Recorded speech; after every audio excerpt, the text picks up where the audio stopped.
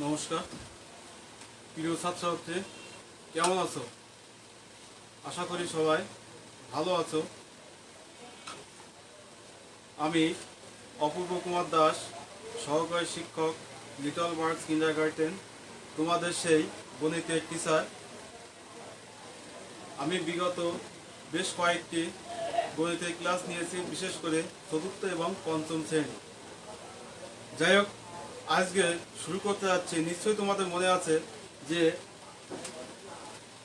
গণিত বইয়ের কিছু সংক্ষিপ্ত সাজেশন, এবং সেই সাজেশন থেকে আমার ক্লাস করার কথা ছিল।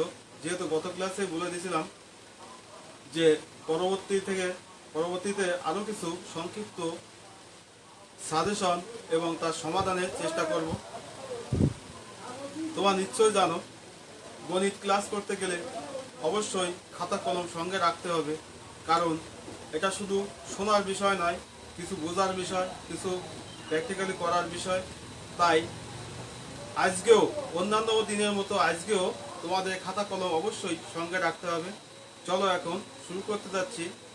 গত ক্লাসের পরবর্তী যে অংশগুলো আছে সাজেশনে, সেই অনুযায়ী আমরা আজকে সমাধানের চেষ্টা করব। যাই হোক, আজকে শুরু করতে যাচ্ছি চতুর্থ শ্রেণী গণিত পাঠ্য বইয়ের 43 পৃষ্ঠা। আমরা গতকাল করেছিলাম 8 নং পর্যন্ত। আজকে পরবর্তীতে দেখলাম যে আরেকটি গুরুত্বপূর্ণ অঙ্ক রয়েছে, সেটা হলো 11 নং প্রশ্ন। তো 11 নং যে সমস্যা দেওয়া আছে, আমি একটু পড়ি, তোমরা খেয়াল করে শোনো। আর তোমাদের যার যার কাছে পাঠ্য বই আছে তারা অবশ্যই আমার সাথে সাথে পড়বে, আর যাদের কাছে বই নাই তারা আমার কথা খেয়াল করে শুনবে। এখানে লেখা আছে, সেলিম তার মুরগির খামার থেকে 185টি মুরগি বিক্রয় করলেন। কতগুলো? 185টি মুরগি বিক্রয় করলেন। তিনি প্রতিটি মুরগির জন্য, মানে একটি মুরগির জন্য 275 টাকা করে পেলেন। এখন প্রশ্ন হলো, সেলিম মুরগি বিক্রয় করে মোট কত টাকা পেলেন? তোমাদের মধ্যে অনেকে হয়তো অঙ্কটা বুঝতে পারছো এবং সহজে উত্তরটা বের করতে পারছো। যা বুঝতে পারোনি তারা আমার দিকে খেয়াল করো, এবং আমি যেভাবে করি এটা ভালো করে দেখো, তাহলে সহজে বুঝতে পারবে। এখানে আমাদের বের করতে হবে প্রথমে 11 নং প্রশ্ন। অবশ্যই 11 নং লিখতে হবে। এখানে দেখলাম সেলিম তার মুরগি খামার থেকে 185টি মুরগি বিক্রয় করলেন। তাহলে একটি মুরগির দাম কত? এখানে দেওয়া আছে প্রতিটি মুরগির জন্য 275 টাকা করে পেলেন। অর্থাৎ একটি মুরগি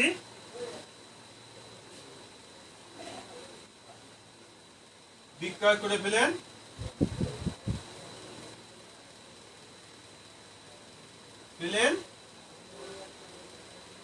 275 টাকা। এখন মুরগি আছে 185টি মুরগি বিক্রয় করে পেলেন। 275 গুণ 185 টাকা। যেহেতু বড় একটা গুণ, তাই আমাদের এটা অবশ্যই রাফ করতে হবে। তাহলে এখানে রাফ লিখতে পারি আমরা সহজেই। দেখি কি হয় গুণ করে। তাহলে 275 গুণ 185। গুণটা বিভিন্নভাবে করা যায়, আমি একটু সহজ পদ্ধতিতে করব, যেটা সচরাচর আমরা করে থাকি, ঠিক সেভাবেই আমরা করব। প্রথমে 5 দ্বারা গুণ করলাম। 5 দ্বারা গুণ করলে হবে 5 × 5 = 25, 5 হাতে রইল 2, 5 × 7 = 35, আর 2 37 7 হাতে রইল 3, 5 × 2 = 10 আর 3 13।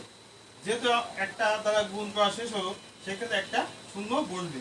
পরবর্তী রইল 8, 5 × 8 = 40, 0 হাতে রইল 4, 7 × 8 = 56, 56 আর 4 60, 0 হাতে রইল 6, 8 × 2 = 16, 16 আর 6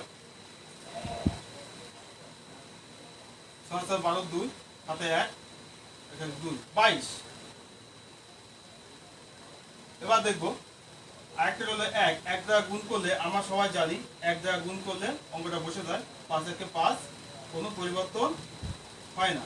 এখন আমরা সবাই জানি গুণ করার পরে যোগ করতে হয়, তাই যোগ করব 5 7 5 আর 3 8 7 আর 2 9 আর 10 0 হাতে রইল 1 2 আর 2 4 1 5।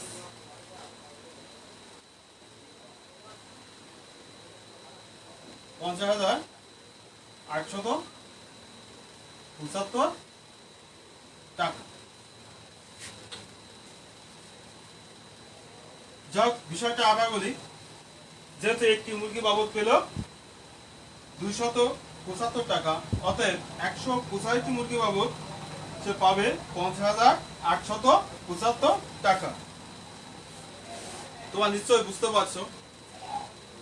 এরপর আরেকটা অঙ্ক করবো, যেটা সাজেশন দেওয়া ছিল, সেটা হলো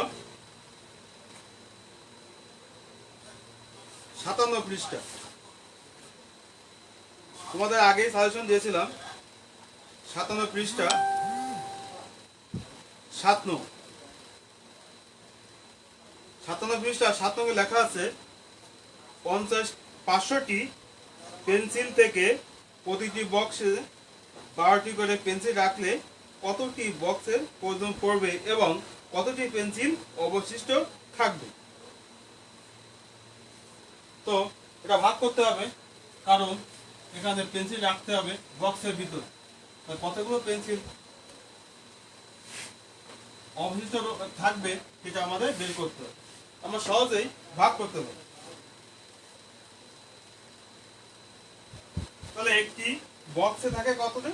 12টি, অর্থাৎ 12টি পেন্সিলের জন্য বক্স লাগে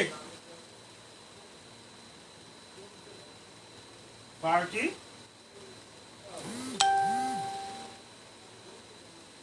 পেন্সিলের জন্য বক্স লাগে একটি। তাহলে একটি পেন্সিলের জন্য বক্স নিশ্চয়ই কম লাগবে। এখন পেন্সিল আছে 500টি, 500টি পেন্সিলের জন্য বক্স লাগে 500 কে 12 দ্বারা ভাগ করতে হবে। এখন আমরা ভাগ করব রাফে 12 ভাগ 500। যেহেতু এখানে 2 সংখ্যা আছে, এখান থেকে প্রথমে 2 সংখ্যা নিব। এই 2 সংখ্যা অবশ্যই বড় হতে হবে। ভাগ করার নিয়ম নিশ্চয়ই তোমাদের মনে আছে। 12কে 12, 12 দুগুণ 24, 3 বরং 36, 4 বরং 48, 5 বরং 60, বেশি হয়ে যায় 4 বরং 48। বিয়োগ করে দেখলাম 2 0, 12কে 12, 12 দুগুণ 12কে 12 হাতে রইল 8। তাহলে আমাদের এখানে ভাগফল হলো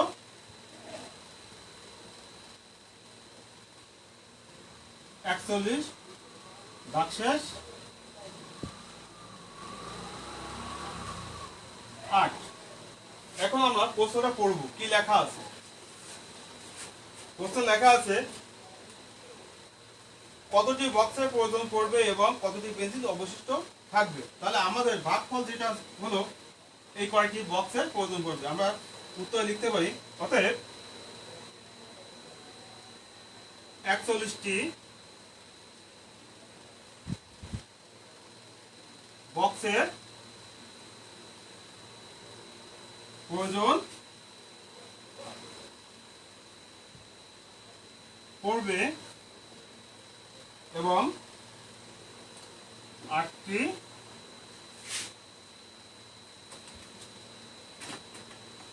পেন্সিল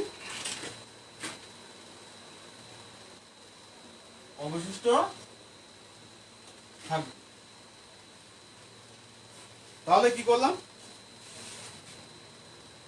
আমরা এই 500কে 12 দ্বারা ভাগ করলাম। ভাগ করে ভাগফল যেটা হলো সে কয়টি বক্স লাগবে এবং অবশিষ্ট অর্থাৎ ভাগশেষ 8 রইলো, এই 8টি পেন্সিল অবশিষ্ট থাকবে। তোমরা এখন অঙ্কটা খাতায় তুলে নাও, যাতে করে পরবর্তীতে তোমাদের বুঝতে সহজ হবে, যেখানে সমস্যা হবে তখন অঙ্কটা দেখে নিতে পারবে। এবারে দেখব পরবর্তী সাজেশনে যেটা দিয়েছিলাম, সেটা হলো 65 পৃষ্ঠা। তোমাদের সাজেশন দিয়েছিলাম আমি 65 পৃষ্ঠা, 5 নং। আমরা এখন 65 পৃষ্ঠা 5 নং অঙ্কটা খুব গুরুত্বপূর্ণ, তাই এখন এই অঙ্কটি করার চেষ্টা করব।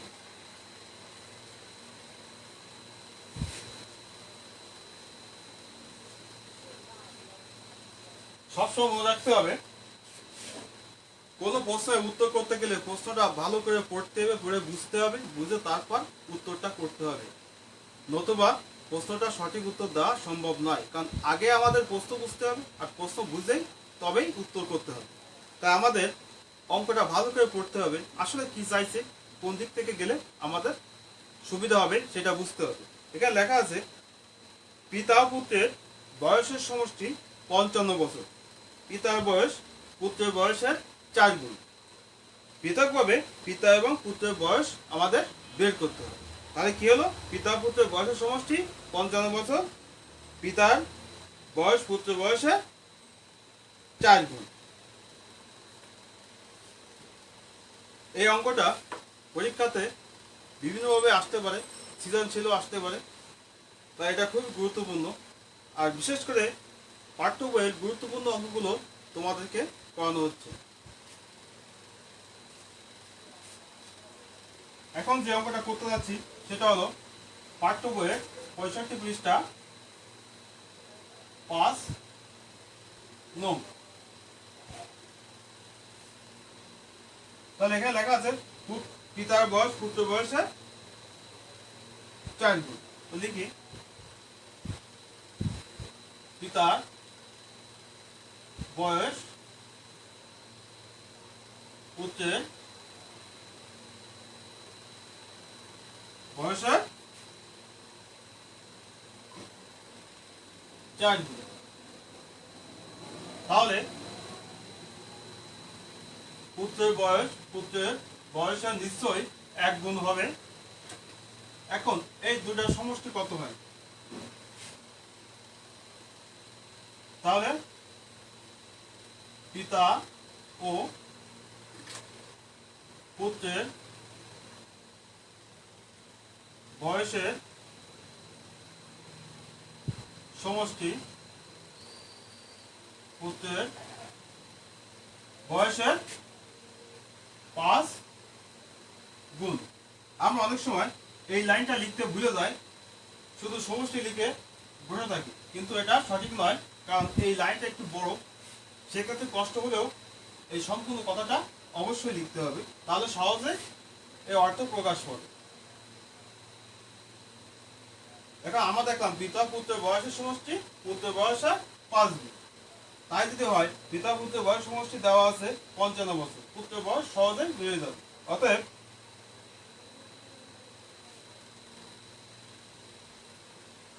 পুত্রের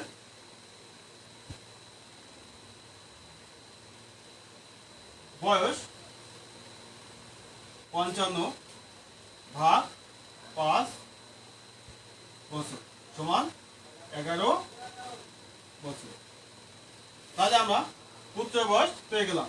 এখন যে কথা লেখা আছে পিতার বয়স পুত্রের বয়সের 4 গুণ, এখন পিতার বয়স যদি বের করতে যাই তাহলে হবে পিতার বয়স পুত্রের যে বয়স ছিল তার 4 গুণ, তাহলে হলো 4 11 44 বছর। তাহলে আমরা পৃথকভাবে পিতা এবং পুত্রের বয়স পেয়ে গেলাম। তার বিষয়টা কি করলাম, লিখলাম পিতার বয়স পুত্রের বয়সের 4 গুণ, যে কথা এখানে লেখা আছে। তাহলে পুত্রের বয়স পুত্রের বয়সের 1 গুণ। এখন পিতা ও পুত্রের বয়সের সমষ্টি পুত্রের বয়সের 4 আর 5 গুণ। দুজনের বয়সের সমষ্টি 5 ভাগের 1 ভাগ যদি পুত্রের বয়স হয়, তাহলে বয়সের সমষ্টিকে 5 দ্বারা ভাগ করলে আমরা পুত্রের বয়স পেয়ে গেলাম। এখন পুত্রের যে বয়স তার 4 গুণ হলো পিতার বয়স, তাই পুত্রের বয়সের সাথে 4 গুণ করলে আমরা পিতার বয়স পৃথকভাবে পেয়ে গেলাম। তো প্রিয় শিক্ষার্থী, নিশ্চয়ই তোমরা বুঝতে পারছো। আর একটু ভালো করে দেখো, তাহলে আরো সহজে বুঝতে পারবে। এখন পরবর্তী যে অঙ্কটা সাজেশন দিয়েছিলাম সেটা হলো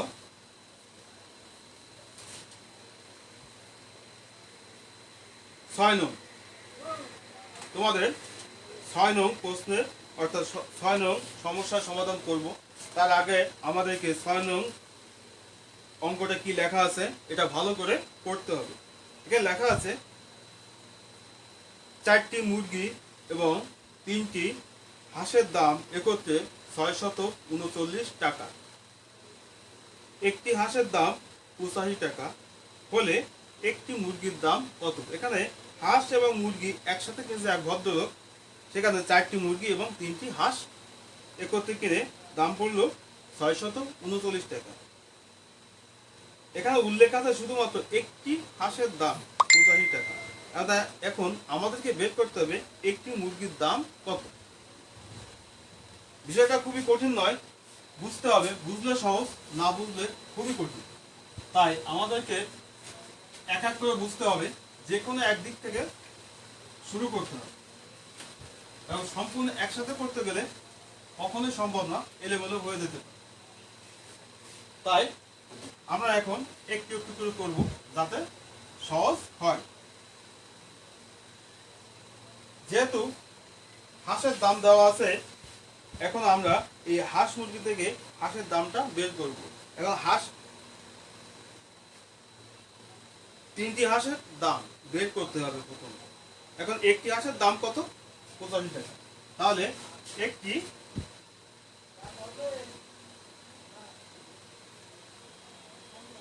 হাঁসের দাম 85 টাকা।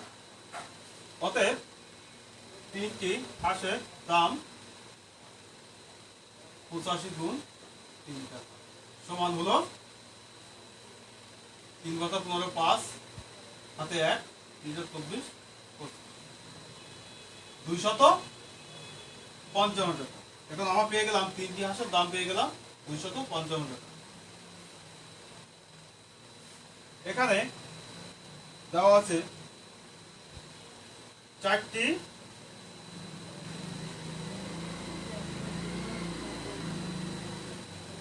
মুরগি এবং 3টি হাঁসের দাম একত্রে 639 টাকা। তাহলে আমার 3টি হাঁসের দাম যেটা পেলাম 255 টাকা। তাহলে বাকি রইল আমাদের 4টি মুরগির দাম। এটা বের করি।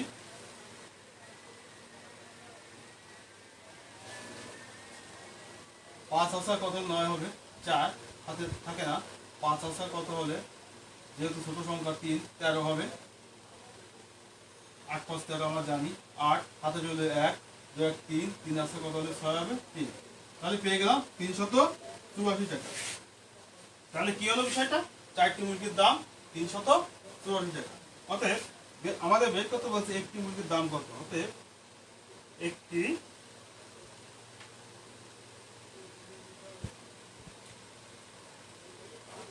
মুরগির দাম 384 ভাগ 4 টাকা সমান কত হয়? আমাদের ভাগ করতে হবে 4 ভাগ 3 8 4। যেহেতু ছোট সংখ্যা সেক্ষেত্রে 2 সংখ্যা নেব। 38 4 9 36 রইল 2 4 4 ছক 24, আমরা পেলাম 96 টাকা। 96 টাকা। তাহলে আমাদের একটি মুরগির দাম হলো 96 টাকা। অঙ্কটা আবার বোঝায়, তোমরা খেয়াল করে দেখো, এখানে লেখা আছে 4টি মুরগি এবং 3টি হাঁসের দাম একত্রে 639 টাকা। একটি হাঁসের দাম 85 টাকা হলে একটি মুরগির দাম কত? যেহেতু এখানে একটি হাঁসের দাম দেওয়া আছে, সেক্ষেত্রে আমরা 4টি মুরগি 3টি হাঁস উল্লেখ থাকায় 3টি হাঁসের দাম আমরা বের করলাম। একটি হাঁসের দামের সাথে 3 গুণ করে আমরা 3টি হাঁসের দাম বের করলাম। এখন 4টি মুরগি ও এবং 3টি হাঁসের একত্রে যে মূল্য আছে তার থেকে 3টি হাঁসের দামটা বিয়োগ করলাম। বিয়োগ করে আমরা সহজে 4টি মুরগির দাম পেয়ে গেলাম। এখন 4টি মুরগির যে দাম আছে 4 দ্বারা ভাগ করলে একটি মুরগির দাম আমরা পেয়ে যাবো। তাই 4 দ্বারা ভাগ করলাম, করলে হলো আমাদের 96, অর্থাৎ একটি মুরগির দাম 96 টাকা।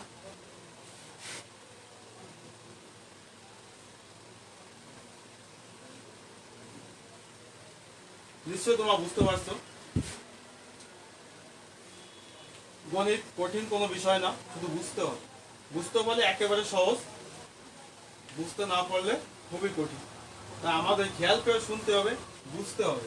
একই রকম অঙ্ক একটু পরিবর্তন করে আসতে পারে, বা এর সাথে কিছু যুক্ত হয়ে আসতে পারে, যেমন সৃজনশীল অঙ্কে আসে। তাই আমাদের মূল অঙ্কটা আগে বুঝতে হবে, তাহলে আমরা সৃজনশীল অঙ্ক সহজে বুঝতে পারবো। আর এই জন্য আমি পাঠ্য বই থেকে গুরুত্বপূর্ণ কিছু অঙ্ক সাজেশন করে আমি সেগুলো সমাধানের চেষ্টা করছি, এবং তোমাদের পরবর্তী ক্লাসে যে বিষয় নিয়ে আলোচনা করা হবে তার কিছু দিয়ে দেয়। এখন আমরা দেখব 102 পৃষ্ঠা কিছু দিয়েছিলাম সাজেশন, তোমাদের নিশ্চয়ই মনে আছে।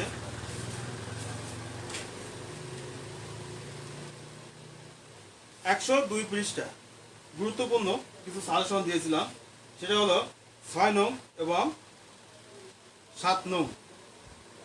6 নং প্রশ্নে লেখা আছে, সবুজের বাড়ি বিদ্যালয় থেকে 8.3 কিলোমিটার পশ্চিমে অবস্থিত। মৃতুর বাড়ি বিদ্যালয় থেকে 12.5 কিলোমিটার পূর্বে অবস্থিত। অর্থাৎ আমরা যদি একটু ভাবি বিষয়টা কেমন হয়, অনেক ক্ষেত্রে আমাদের প্রশ্নে চিত্র নাও থাকতে পারে, শুধু মূল প্রশ্নটা লেখা থাকতে পারে। আমাদেরকে বুঝতে হবে আসলে চিত্র কেমন হতে পারে। যেমন এই যদি হয় বিদ্যালয়, বিদ্যালয়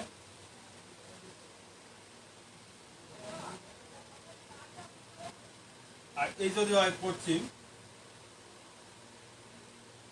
আর এই যদি হয়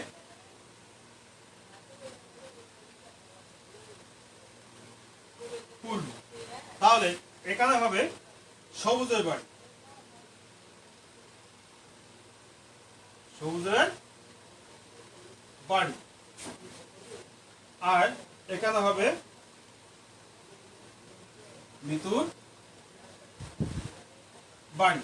আর এখানে আছে 0 পয়েন্ট, অর্থাৎ এই বিদ্যালয়টা থেকে আমাদের হিসাব করা হচ্ছে। এখান থেকে এইদিকে গেলে হবে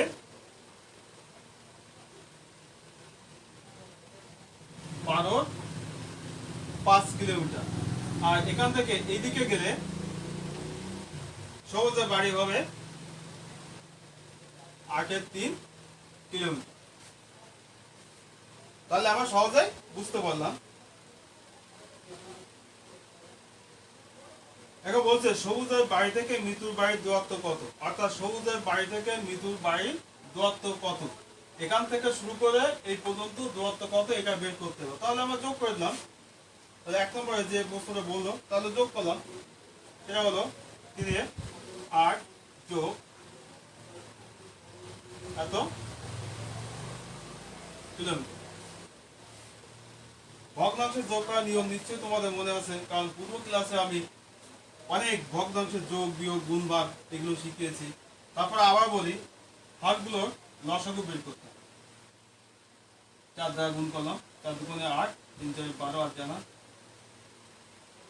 অর্থাৎ 4 গুণ 2 গুণ 3। তিন গুণ 6 4 7 24, লসাগু হলো 24। লসাগু ভাগ হর গুণ লব 3 এটা 24, 3 থেকে 9 যোগ 5 গুণ 24 2 5 গুণ 10 হলো 24 19 কিলোমিটার। তাহলে দেখলাম যে সবুজের বাড়ি থেকে মৃদুর বাড়ির দূরত্ব আমরা পেয়ে গেলাম 24 কিলোমিটার। 2 নং প্রশ্নে লেখা আছে বিদ্যালয় থেকে কার বাড়ি নিকটবর্তী? সবুজ ও মৃদুর বাড়ি থেকে বিদ্যালয়ের দূরত্বের পার্থক্য। দুটি প্রশ্ন আছে। এখন 1 নং সমাধান করলাম। 2 নং যে কথা এখানে বলছে যে বিদ্যালয় থেকে কার বাড়ির দূরত্ব বেশি, অর্থাৎ এই সংখ্যা এবং এই সংখ্যা এর মধ্যে বড় কোনটা এটা আমাদের বের করতে হবে। তো ছোট বড় ভগ্নাংশ ছোট বড় নির্ণয় অবশ্যই তোমরা জানো। তারপরে আবার বলি 2 নং বললো কার বাড়ির নিকটবর্তী, অর্থাৎ যেটা ছোট হবে সেটা আমাদের বের করতে হবে। অর্থাৎ এখান থেকে এইটা বড় না এখান থেকে এইটা বড় সেটা আমাদের বের করতে হবে। যেটা বড় তার বাড়ি দূরে হবে, আর যেটা ছোট তার বাড়ি নিকটে হবে, অর্থাৎ কাছে হবে। এখন একটা একটা দুয়ের পার্থক্য বের করতে গেলে অবশ্যই সমহর বিশিষ্ট ভগ্নাংশে পরিণত করতে হবে। যেহেতু একটু আগে করলাম আমরা লসাগু 24, 3 8 24, 3 থেকে 9 5 গুণ 24 5 গুণ 10। কারণ আমরা জানি যে দুটি ভগ্নাংশের হর একই হলে যে ভগ্নাংশটির লব বড় সেই ভগ্নাংশটি অবশ্যই বড় হবে। তাহলে আমরা এটা দেখলাম এটা আছে দূরে, তাহলে নিকটে রইল সবুজের বাড়ি। আমরা সহজভাবে লিখতে পারি অতএব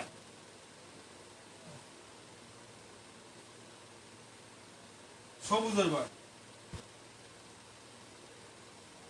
সবুজের বাড়ি নিকটে। পরবর্তী একটা প্রশ্ন লেখা আছে যে সবুজ এবং মৃতুর বাড়ি থেকে বিদ্যালয়ের দূরত্বের পার্থক্য। অর্থাৎ এখান থেকে শুরু করে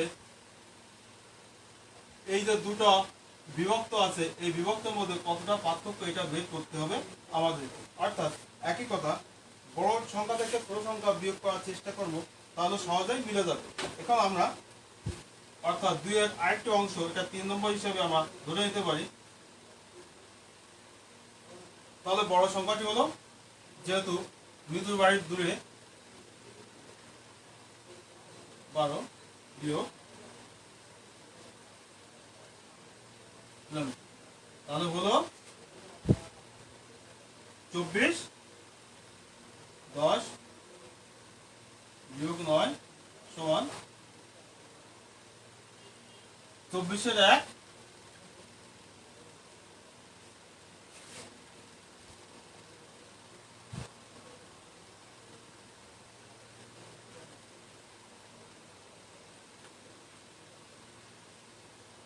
কিলোমিটার। অর্থাৎ সবুজ ও মৃদুর বাড়ি থেকে বিদ্যালয়ের দূরত্বের পার্থক্য আমরা পেয়ে গেলাম 24 1 কিলোমিটার। তো তোমরা নিশ্চয়ই বুঝতে পারছো। এবারে পরবর্তীতে একটা ভগ্নাংশ অঙ্ক আমরা করব, আর ততক্ষণে এটা তোমার খাতা তুলে নাও। অঙ্কটি হলো একজন কৃষক তার সবজি ক্ষেতের 2 এর 1 অংশে বেগুন, 4 এর 1 অংশে বাঁধাকপি এবং 5 এর 1 অংশে ফুল চাষ করলেন। প্রশ্ন হলো কৃষক তার ক্ষেতের মোট কত অংশে চাষ করলেন।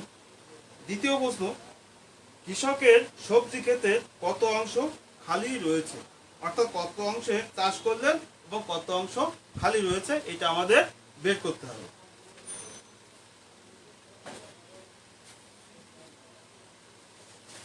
চলো আমরা এখন কৃষকের কৃষি খামার সম্পর্কে জেনে নিই। কতটুকু তিনি চাষ করলেন এবং কতটুকু খালি রইল, এটা আমাদের হিসাব করে বের করতে হবে। এখন সবজি ক্ষেতে কি কি লাগিয়েছেন এটা আগে বুঝে নিই। বেগুন চাষ করেছেন, বাঁধাকপি চাষ করেছেন, ফুল চাষ করেছেন। তাহলে কৃষক তার ক্ষেতে মোট কত অংশে চাষ করেছেন? এখন বেগুন চাষ করেছেন কত অংশে, সেটা হলো পেলাম, তারপর যোগ করতে হবে বাঁধাকপি চাষ, তারপর পেলাম ফুল চাষ, এত অংশ। এখন এই তিনটে অংশ আমরা যোগ করব। যোগ করার নিয়ম অবশ্যই জানি। লসাগু হলো 2, 4, 5 এর লসাগু। 2 দ্বারা করলে 2 একে 2, 2 দুগুণে 4, 5 রয়ে গেল, অর্থাৎ আর যায় না। 2 গুণ 2 গুণ 5, 5 দুগুণে 10, 10 গুণ 20। আমাদের হলো লসাগু 20। তাহলে 10 দুগুণে 20, 10 একে 10 যোগ 4 5 20, 5 একে 5 যোগ 4 5 20, 4 একে 4, 10 আর 5 15, আর 4 19। 20-এর 19 অংশ, অর্থাৎ 1 অংশ বাকি রয়ে গেল। 20 ভাগের 1 ভাগ বাকি রয়ে গেল। এখন এটা আমাদের বের করতে হবে কত অংশ খালি রয়েছে। এখন তার জমি মোট কতটুকু এটা আমরা জানি না, তাই আমরা একটা ধরে নেব যে মনে করি কৃষকের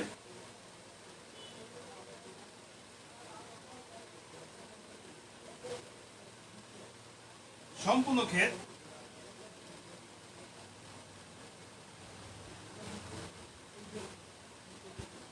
1,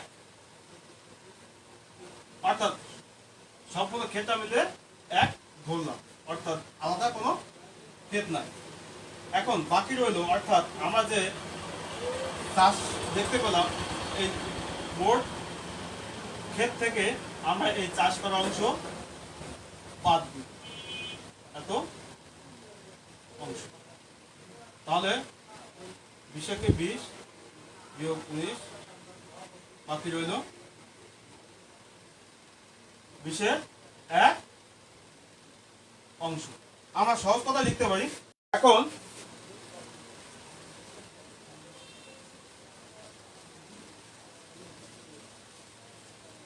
প্রিয় শিক্ষার্থী বন্ধুরা, আমরা এতক্ষণ অনেকগুলো অঙ্ক করলাম এবং অনেকগুলো সমস্যার সমাধান করলাম। পরবর্তীতে তোমাদের বাড়ি বসে কিছু কাজ দিব, এগুলো বাড়ি বসে করবে। তার ভিতরে যেগুলো তোমরা পারবে না সেগুলো SMS করে বা মেসেঞ্জারে পাঠিয়ে দেবে, আমি সেগুলো সমাধানের চেষ্টা করব। বা তোমাদের যারা শিক্ষক আছেন তাদেরকে তাদের সহযোগিতা নিয়ে 5-10 সহযোগিতা করবে, শিক্ষকের সহযোগিতা নিয়ে এগুলো করার চেষ্টা করবে। তারপরও না পারলে পরবর্তী ক্লাসে আমি বিষয়গুলো নিয়ে আলোচনা করব। ততক্ষণে তোমাদের আমি কিছু বাড়ির কাজ এখন দিয়ে দেব। যেমন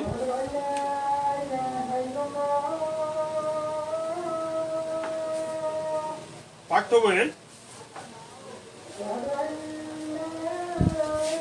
110 পৃষ্ঠা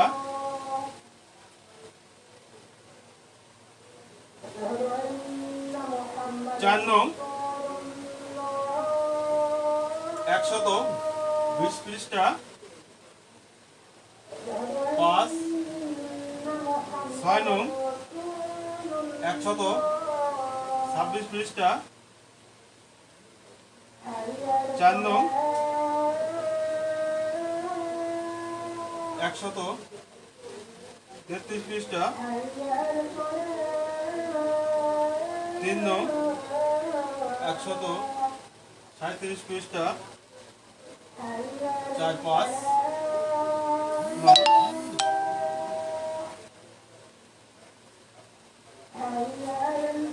আশা করি তোমরা বুঝতে পারছো এই ছিল গণিতের কিছু সংক্ষিপ্ত সাজেশন।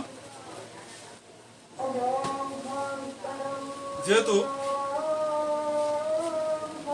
করোনার কারণে স্কুল বন্ধ, সেক্ষেত্রে ক্লাসও হচ্ছে না, তাই আমাদেরকে বাড়িতে থেকে বই পড়তে হবে, অনলাইনে ক্লাস দেখতে হবে, যাতে করে আমাদের স্কুলের যে ক্লাসটা আছে কিছুটা হলেও পূরণ হবে।